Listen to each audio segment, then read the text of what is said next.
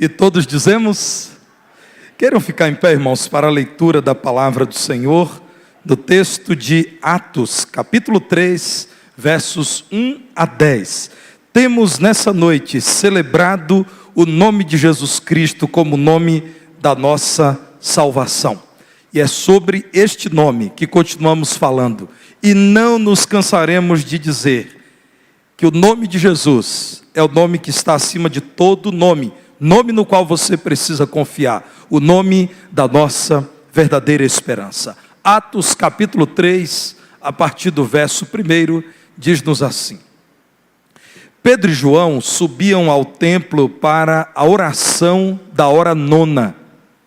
Era levado um homem coxo de nascença, o qual punham diariamente à porta do templo, chamada Formosa, para pedir esmola aos que entravam. Vendo ele a Pedro e João, que iam entrar no templo, implorava que lhe dessem uma esmola. Pedro, fitando-o juntamente com João, disse: olha para nós. E ele os olhava atentamente, esperando receber alguma coisa. Pedro, porém, lhe disse: não possuo nem prata nem ouro, mas o que tenho isso te dou. Em nome de Jesus Cristo o Nazareno, anda. E tomando-o pela mão direita, o levantou imediatamente, os seus pés e tornozelos se firmaram, de um salto se pôs em pé, passou a andar e entrou com eles no templo saltando e louvando a Deus. Viu todo o povo a andar e a louvar a Deus, e reconheceram ser ele o mesmo que esmolava, assentado à porta formosa do templo, e se encheram de admiração e assombro por isso que lhe acontecera. Podem assentar, irmãos.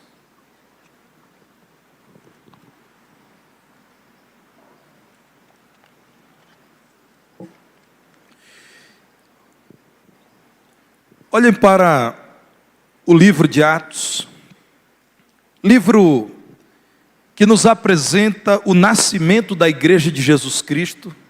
Portanto, o livro, meus irmãos, da certidão de nascimento do povo de Deus, desta igreja inclusive, de você, meu irmão. E vocês verão a dinâmica da igreja em funcionamento. Tendo recebido o Espírito de Deus, a igreja, o povo do Senhor, aqui é apresentado em missão. No capítulo 2 de Atos, lá no versículo 1, a palavra do Senhor nos diz que os discípulos de Jesus estavam todos reunidos no mesmo lugar. Aqueles que creram que Jesus é o Messias, creram na sua ressurreição, e agora, porque criam no Cristo vivo, receberam o seu Santo Espírito, estavam unidos. E segundo o versículo 14, em meio a esses irmãos, levantou-se Pedro, apóstolo, que viria a ser pastor da igreja de Cristo, e disse: varões judeus, e a todos os habitantes de Jerusalém, tomai conhecimento disto e atentai nas minhas palavras. Aqui está, irmãos, a igreja proclamando o evangelho de Jesus a todos que podia alcançar. Ouçam vocês o que temos nós a dizer, porque em nome de Jesus Cristo há muito o que dizer a você. Vejam no verso 38 desse capítulo 2 de Atos, quando a palavra do Senhor diz que Pedro, diante de tanta gente que testemunhou do nascimento da igreja, e alcançada pelo favor do Senhor, perguntando o que devemos fazer, Pedro disse: arrependei-vos, e cada um de vós seja batizado em nome de Jesus Cristo, para a remissão dos vossos pecados, e recebereis vocês também, como nós temos recebido o dom do Espírito Santo. Olhem para o verso 46, a igreja de Cristo reunida perseverava unanimemente. Atos 2:46, perseveravam unânimes no templo, mas também partiam pão de casa em casa e tomavam as suas refeições com alegria e singeleza de coração. E o verso 47 diz: louvando a Deus e contando com a simpatia de todo o povo. Enquanto isso, acrescentava-lhes o Senhor dia a dia os que iam sendo salvos. Essa é a igreja de Jesus, irmãos. Recebeu do Senhor uma ordem, e o Senhor havia dito: eu estarei com vocês todos os dias até a consumação dos séculos, enquanto vocês estiverem proclamando o meu nome, e indo por todo o mundo, pregando o evangelho, batizando os que creem, ensinando-os a guardarem todas as coisas que eu vos tenho mandado. Essa igreja, no poder do Espírito Santo, diz ao mundo: abram os ouvidos e os corações, porque temos em nome de Jesus Cristo muito a dizer a vocês. O texto bíblico saca então duas pessoas, dois líderes. Na carta aos Gálatas, no capítulo 2, versículo 9, eles são contados como dois dos três que eram colunas da igreja. Olha o que a palavra de Deus diz: Tiago, Cefas, que é Pedro, e João eram reputados colunas. Paulo está dizendo, na igreja de Jesus Cristo, aqui estavam três pastores que eram referenciais de vida com Deus e de firmeza na palavra.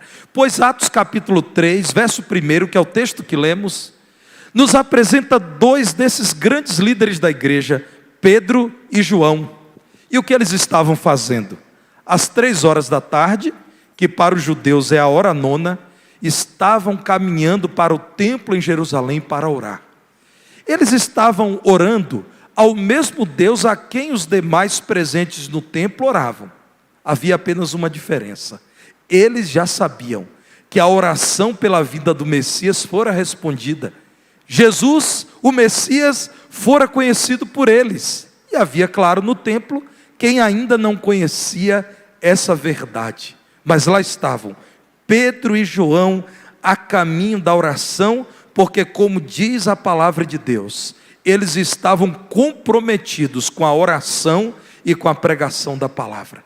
Os irmãos verão lá no capítulo 6 de Atos, a palavra de Deus narrando, irmãos, que em meio às necessidades da igreja e assistência aos pobres da igreja, os apóstolos disseram: nós não podemos deixar de orar e de pregar a palavra. Então João e Pedro aqui estão cumprindo a vontade do Senhor.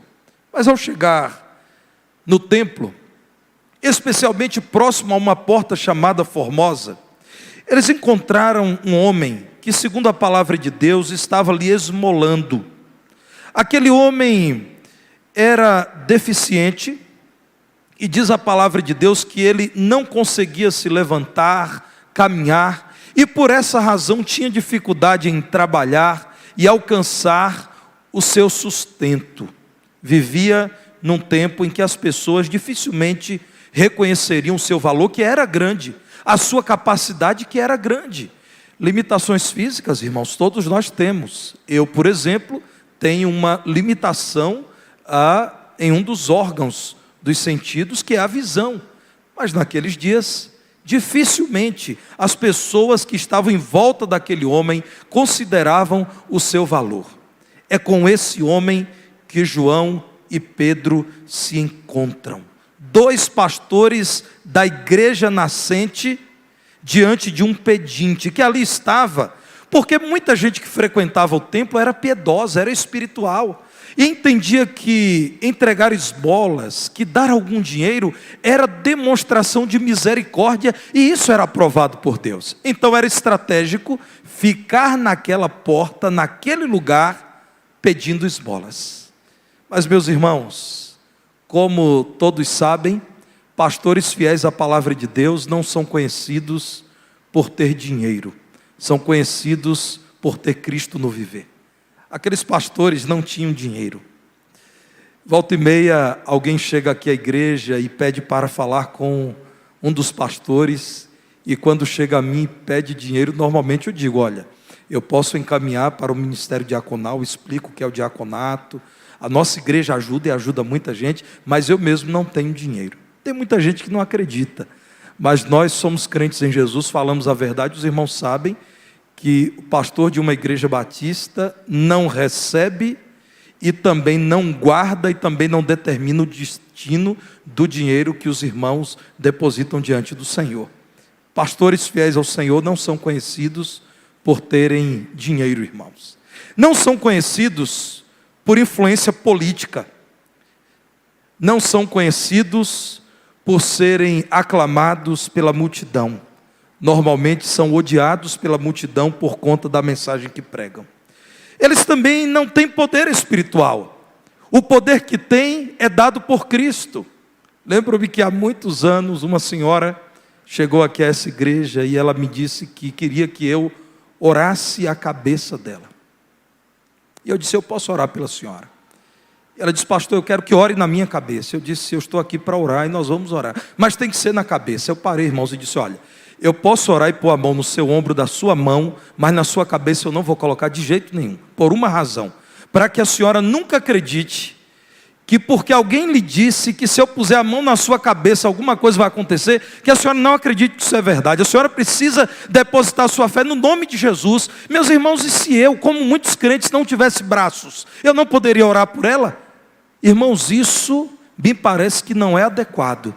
Dizer a alguém, se você for ao monte, ou se eu puser a mão na sua cabeça, ou se você orar de joelhos, e nós oramos de joelhos aqui, só assim Deus te ouvirá. Não, Deus ouvirá segundo a vontade dEle, e o poder pertence a Ele. Aqui estão dois homens de Deus, diante de um homem com um grave problema. Ele precisava andar.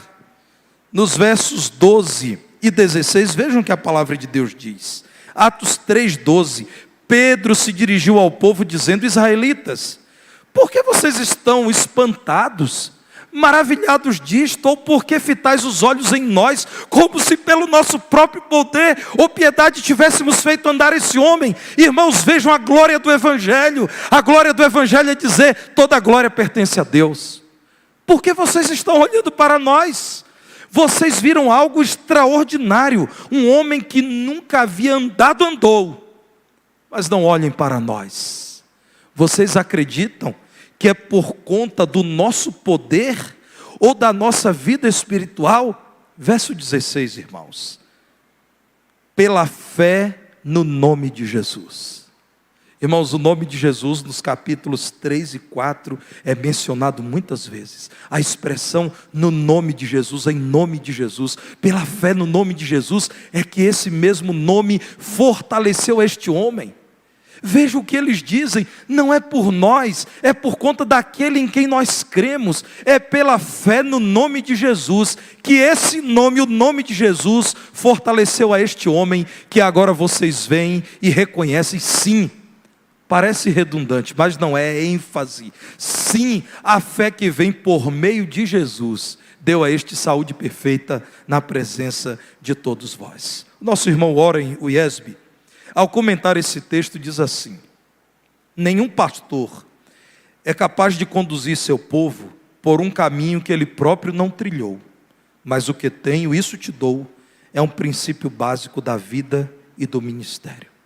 O que poderiam João e Pedro oferecer àquele homem que a palavra de Deus apresenta como um homem que pedia esmolas e que não podia ficar de pé? Meus irmãos, eles deram aquilo que tinham. Em nome de Jesus, diz a palavra de Deus que no verso 6, Pedro olhando para aquele homem, dizendo, olha bem para nós.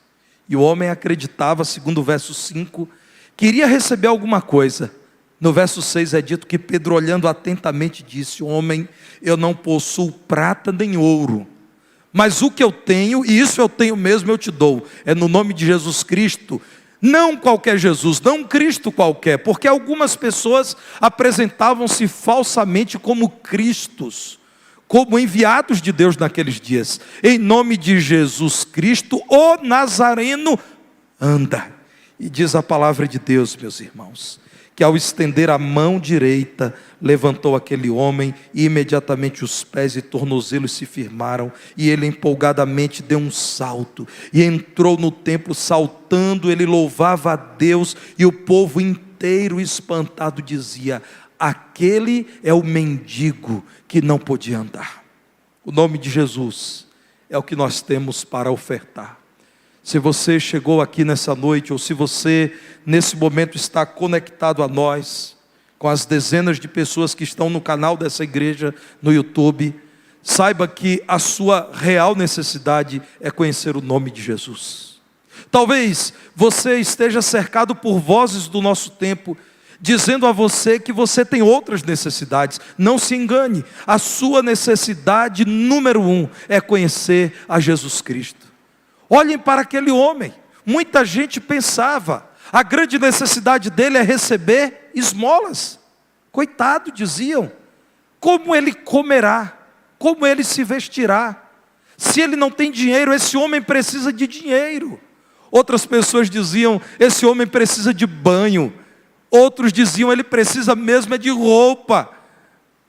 Pedro e João, homens de Deus, homens que viviam no nome de Jesus, confiavam no nome de Jesus, foram transformados pelo poder do nome de Jesus, amavam o nome de Jesus, olhando para aquele homem disseram, sua grande necessidade é Jesus Cristo, é em nome dele que te ordenamos, levanta e anda.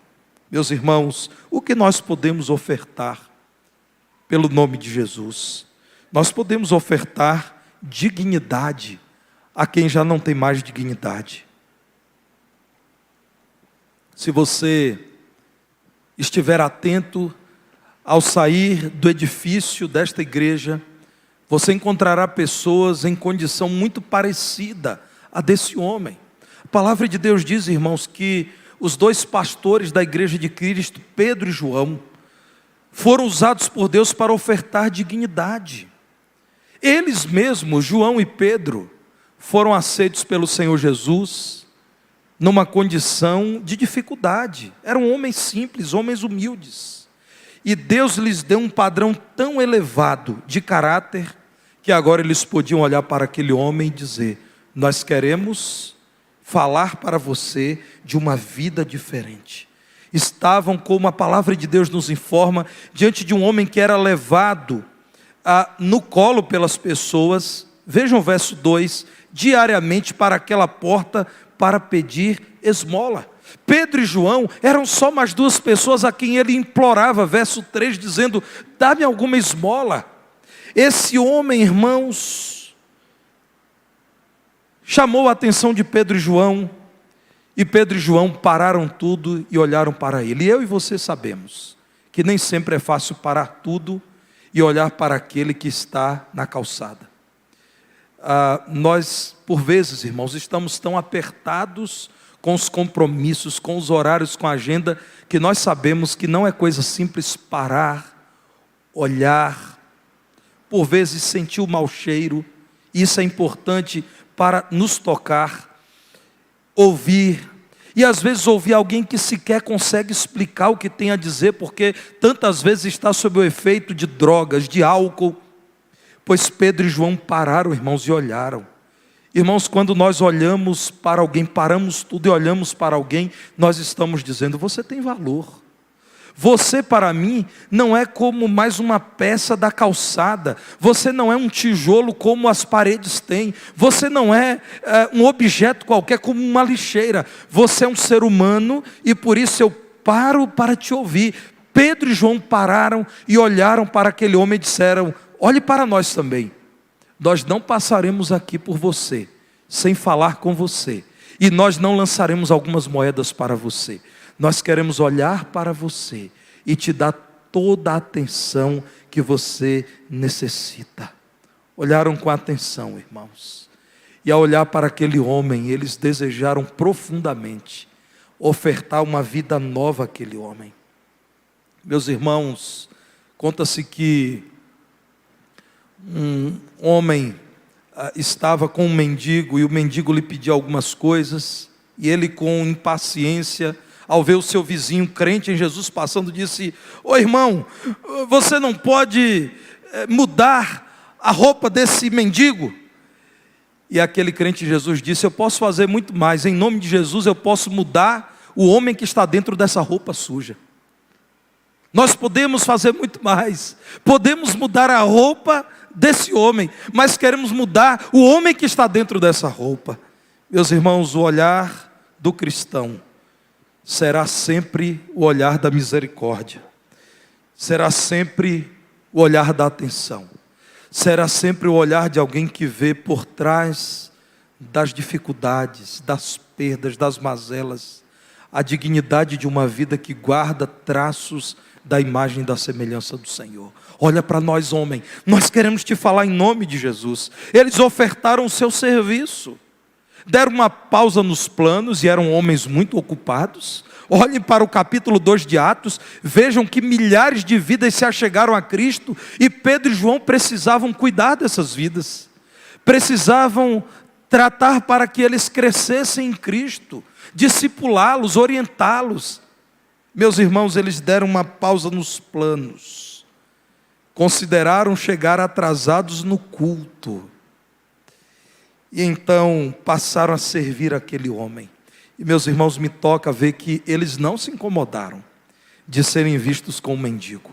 Os líderes da igreja, pois eles estavam ali parados, diante do mendigo que estava num lugar muito movimentado, numa das portas do templo de Jerusalém, ajudando aquele homem em sua maior dificuldade, caminhando com aquele homem, porque eles queriam servir. Eu era seminarista no ano de 99, e eu trabalhava na primeira igreja batista em Esplanada, leste do estado da Bahia. E havia naquela cidade, ainda há, um hospital dirigido por um grupo religioso. Acontece, irmãos, que era domingo e eu estava almoçando na casa do irmão Wilson, que já está com o Senhor. E enquanto nós almoçávamos, nós ouvíamos urros, gritos. E aqueles gritos aumentavam, e quando começou a se tornar insuportável, eu olhei para o irmão Wilson, ele olhou para mim, dissemos, vamos ver o que está acontecendo. Irmãos, uma cena muito tocante, uma cena espantosa. Os gritos aumentavam à medida em que nos aproximávamos de uma casa simples, e a porta estava entreaberta e nós entramos, e havia um homem sem blusa, no calor da Bahia, domingo à tarde. Ele estava com 2 papelões na mão e um grande ventilador ligado, e desesperado ele abanava o abdômen. E nós então perguntamos por que ele gritava. Ele dizia, eu não suporto mais as dores. E nós pusemos aquele homem, levamos ao hospital, e ao chegar lá uma religiosa, uma determinada religiosa, nos disse que não atenderia aquele homem porque ele não tinha carteira de identidade, não tinha RG. E havia uma figura, uma imagem, que muitos usam para representar Jesus, assim na parede. E eu disse para ela, será que aquela pessoa ali não receberia esse homem? E ela disse, olha, não importa, esse homem incomoda demais, ele vem aqui o tempo todo. Eu disse, minha senhora, ele está com dor, ele está sofrendo. E ela disse, olha, eu tenho mais o que fazer. Quando ela disse isso, irmãos, então eu disse, pois bem, se a senhora não atender esse homem, eu sairei daqui, irei à delegacia agora. Eu vou prestar uma queixa contra a senhora e contra esse hospital, vocês não podem fazer isso. Então quando eu falei em delegacia, ela disse, então deixa ele entrar. E tem mais, nós vamos medicar e ele vai voltar para casa, e daqui a pouco volta a dor. E eu disse, vocês nunca perguntaram para ele ou para algum médico o que ele tem, o que pode ser feito? Ela disse, ele não tem documento algum, como é que vamos mandar para Salvador, para a capital, para que ele seja tratado? Eu disse, minha senhora, não faça isso. Não é possível que a senhora trate com tanta frieza a dor de um homem desesperado.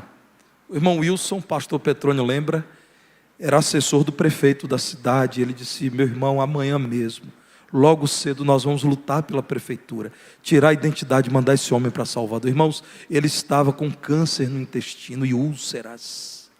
E aquele homem foi enviado depois para o tratamento, passou pela cirurgia, lamentavelmente não teve forças para deixar o vício. Mas o que eu quero dizer para vocês é que nós não podemos correr o risco, irmãos, de representar o nome de Jesus e esquecer que Jesus, sendo Senhor, se fez servo. Nós não devemos admitir a possibilidade de nos tornarmos uma casta espiritual, uma elite eclesiástica.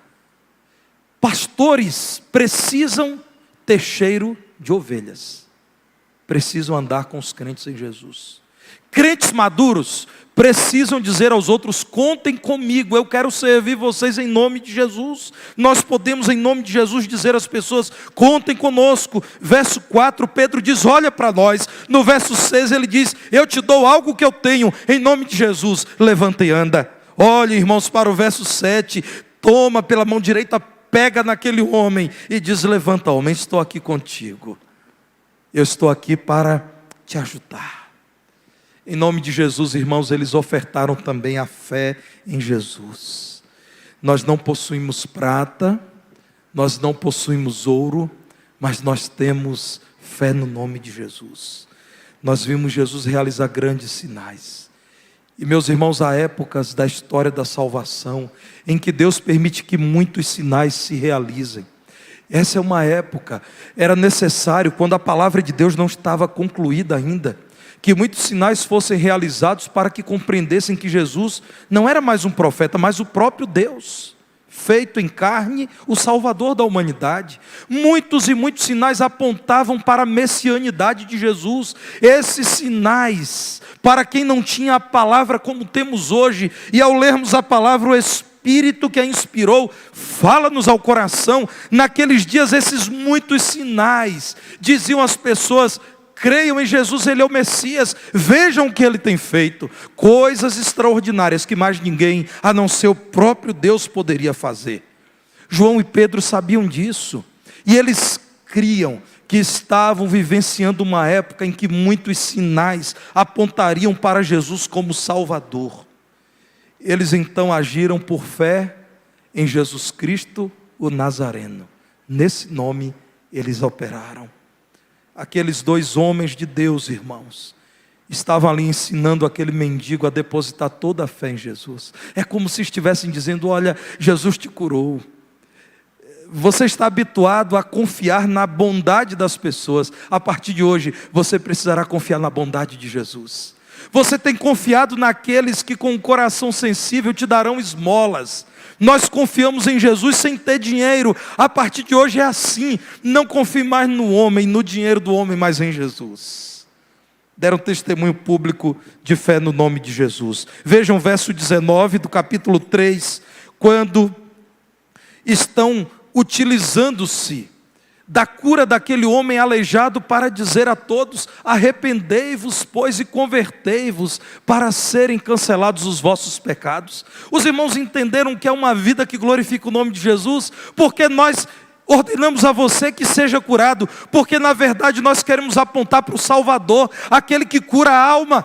Porque a grande tônica da nossa pregação é: arrependei-vos e convertei-vos, para que vocês sejam libertos dos seus pecados. Irmãos, essa é a pregação do Evangelho, o sinal que é realizado, a cura que acontece e ainda acontece segundo a vontade de Deus nos nossos dias, é para realçar a grandeza de Deus e para que pessoas confusas, espantadas com o milagre da transformação de vidas pelo nome de Jesus, se perguntem quem é Jesus e possamos dizer: Jesus Cristo é aquele que salva o pecador da condenação eterna. Meus irmãos, o que podemos ofertar é a pregação do Evangelho. Depois da cura, João e Pedro disseram: não olhem para nós como se tivéssemos por nosso poder ou capacidade feito isso. Olhem para nós como quem tem muito a dizer do nome de Jesus. E passaram a pregar, a cumprir o ministério de pastor e a gastar muito tempo na pregação. Irmãos, eu quero mostrar pela Bíblia que eles utilizaram-se daquele evento maravilhoso, lindo, da cura do homem, para pregar o Evangelho. Olhe para Atos 3, a partir do verso 11. Apegando-se ele a Pedro e João, todo o povo correu atônito para junto deles, no pórtico chamado de Salomão. Gente reunida. Aqui estava agora uma audiência, um público, para ouvir Pedro e João. E diz a palavra de Deus que é nesse momento que Pedro se dirige ao povo e começa a pregar. Pregação do Evangelho. Olhe, meus irmãos, mais à frente, no capítulo 4, versos 1 a 3, falavam eles ainda ao povo, quando sobrevieram os sacerdotes, o capitão do templo e os saduceus, ressentidos, por ensinarem eles o povo e anunciarem em Jesus a ressurreição dentre os mortos. E os prenderam, recolhendo-os ao cárcere até o dia seguinte, pois já era tarde. Estavam pregando. E aqueles que viam no cristianismo uma ameaça ao domínio do sinédrio em Israel, aqueles que se incomodavam com a popularidade de Jesus, estão dizendo: prendam esses homens, porque não bastando um sinal, eles pregam dizendo que o sinal miraculoso foi realizado em nome de Jesus, e dizem mais, que só foi realizado porque Jesus ressuscitou e vivo está, louvado seja o nome do Senhor. Pregação, irmãos. Eles estão dizendo: nós não somos curandeiros, a cura foi o cenário que Deus armou para pregarmos que Jesus é o Salvador. Meus irmãos, olhem para o capítulo 4 mesmo, versos 18 a 20. Chamando-os, ordenaram-lhes, como se tivessem poder para isso, ordenaram-lhes que absolutamente não falassem nem ensinassem no nome de Jesus. Qual era o grande perigo? Eles continuam falando no nome de Jesus. Esses homens que transtornam Jerusalém, o que estão fazendo? Eles são apaixonados por Jesus, eles pregam esse nome sem parar. Eles atribuem toda a grandeza de cada sinal extraordinário ao poder do nome de Jesus. Eles apontam para Jesus, eles nos desafiam ao dizer: esse Jesus que vocês morreram, não permaneceu morto, ele morreu porque estava nos planos do Pai, que ele seria tal como um cordeiro cumprindo a justiça de Deus, sacrifício pela redenção da humanidade, mas ele ressuscitou e vivo está. Encontrem o corpo dele, vocês não encontrarão. Eu encontrarei centenas de testemunhas de que ele ressuscitou, mas ninguém encontrará o corpo dele. Incomodava, irmãos, porque eles continuavam falando em nome de Jesus. Ordenaram-lhes: não preguem nesse nome. Resposta de Pedro e João: julgai se é justo diante de Deus, ouvir-vos antes a vós outros do que a Deus. Pois nós, discípulos de Jesus, transformados pelo poder do nome de Jesus, pregadores do Evangelho de Jesus, homens que amam a Jesus, homens que conhecem a misericórdia de Jesus, homens que têm o dever de pregar o nome de Jesus, nós não podemos deixar de falar das coisas que vimos e ouvimos. E o que vimos e o que ouvimos é que nunca houve nome como o nome de Jesus, que curou o homem que vivia mendigando na porta formosa do templo. Olhem para a palavra de Deus, irmãos. Atos 4, verso 29. No verso 29, aqui encontramos a palavra de Deus narrando a igreja reunida, orando por aqueles que pregavam o nome de Jesus e estavam sendo ameaçados. E a oração do povo de Deus é: agora, Senhor, olha para as suas ameaças e concede aos teus servos que anunciem com toda ousadia, com toda intrepidez, com toda coragem, com toda audácia, com todo destemor, com toda firmeza, com toda crença em teu nome e a tua palavra. Não há um conselho da igreja do tipo: parem um pouco, cuidado. Senhor, dá aos teus servos poder para que continuem pregando a tua palavra. E eles pregaram uma mensagem corajosa. A quem não cria na ressurreição, eles disseram: Jesus ressuscitou. A quem não cria que Jesus era Deus, eles disseram: Jesus realizou milagres que só Deus pode realizar. A quem acreditava que Jesus era só mais um profeta, eles disseram: esse é o que nos dá do seu Santo Espírito, que é o Espírito do Pai. Pregaram uma mensagem corajosa, porque era cristocêntrica. Cristo era o centro da pregação de Pedro e João.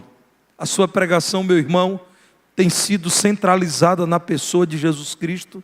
Pois se você prega Cristo, continue. Se você tem anunciado outra ideia que não Cristo, mude a sua pregação, porque a grande necessidade do homem oprimido, da mulher violentada, da criança sem perspectiva de futuro, da juventude drogada, a grande necessidade do homem desonesto, da mulher prostituída, do homem prostituído, da pessoa que está a ponto de tirar sua própria vida, como tantos já fizeram, é pregar o nome de Jesus.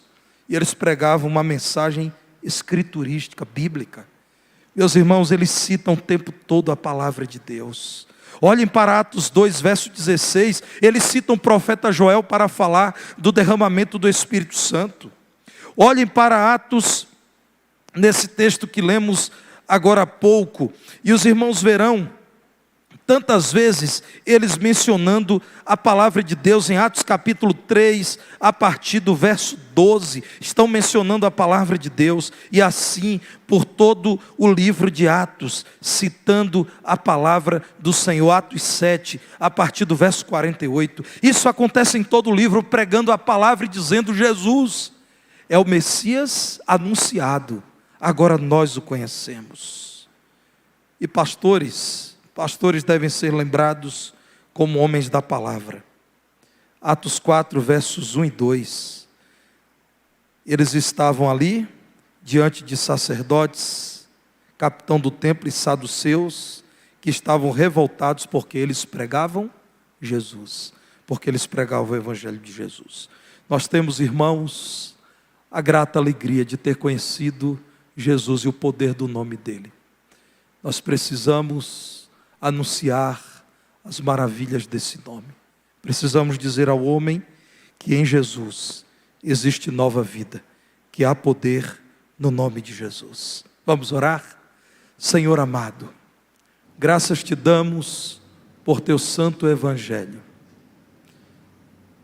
pelo nome de Jesus, o nome da nossa salvação, nome que conhecemos, nome no qual estamos apoiados, nome da nossa esperança de salvação eterna.